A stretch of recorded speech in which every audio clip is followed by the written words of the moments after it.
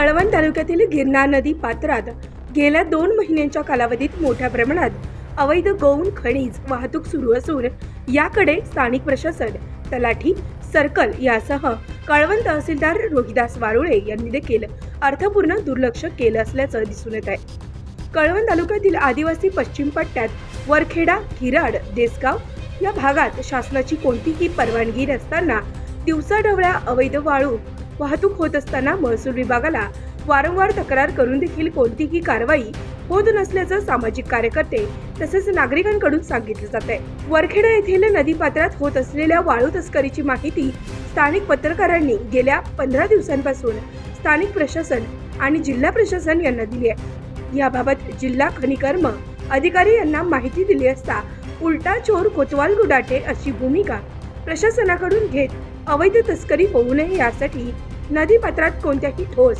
उपाययोजना प्रशासन करत नसल्याचं समोर आलंय। तसेच कळवण तालुक्यातील अवैध गौण खनिज बाबत तक्रारी वाढत असल्याचं बघून स्थानिक प्रशासनानं आपल्या सुपीक बुद्धीचा वापर करत नदीपात्रातील गाळ काढण्याचं काम दाखवून अवैध गौण खनिज वाहतुकीला छुप्या पद्धतीनं संरक्षण दिली असल्याची बाब भेंडी येथील प्रकरणात समोर आली आहे। प्रशासनच अवैध वाळू वाहतुकीला प्रोत्साहन देत असल्याचा आरोप निवाणे येथील सामाजिक कार्यकर्ते संदीप पाटील यांनी माध्यमांशी बोलताना केला। उत्तर महाराष्ट्र न्यूज नेटवर्कसाठी कॅमेरामन दीपक गांगुर्डेसह प्रतिनिधी चेतन हिरे, कळवण।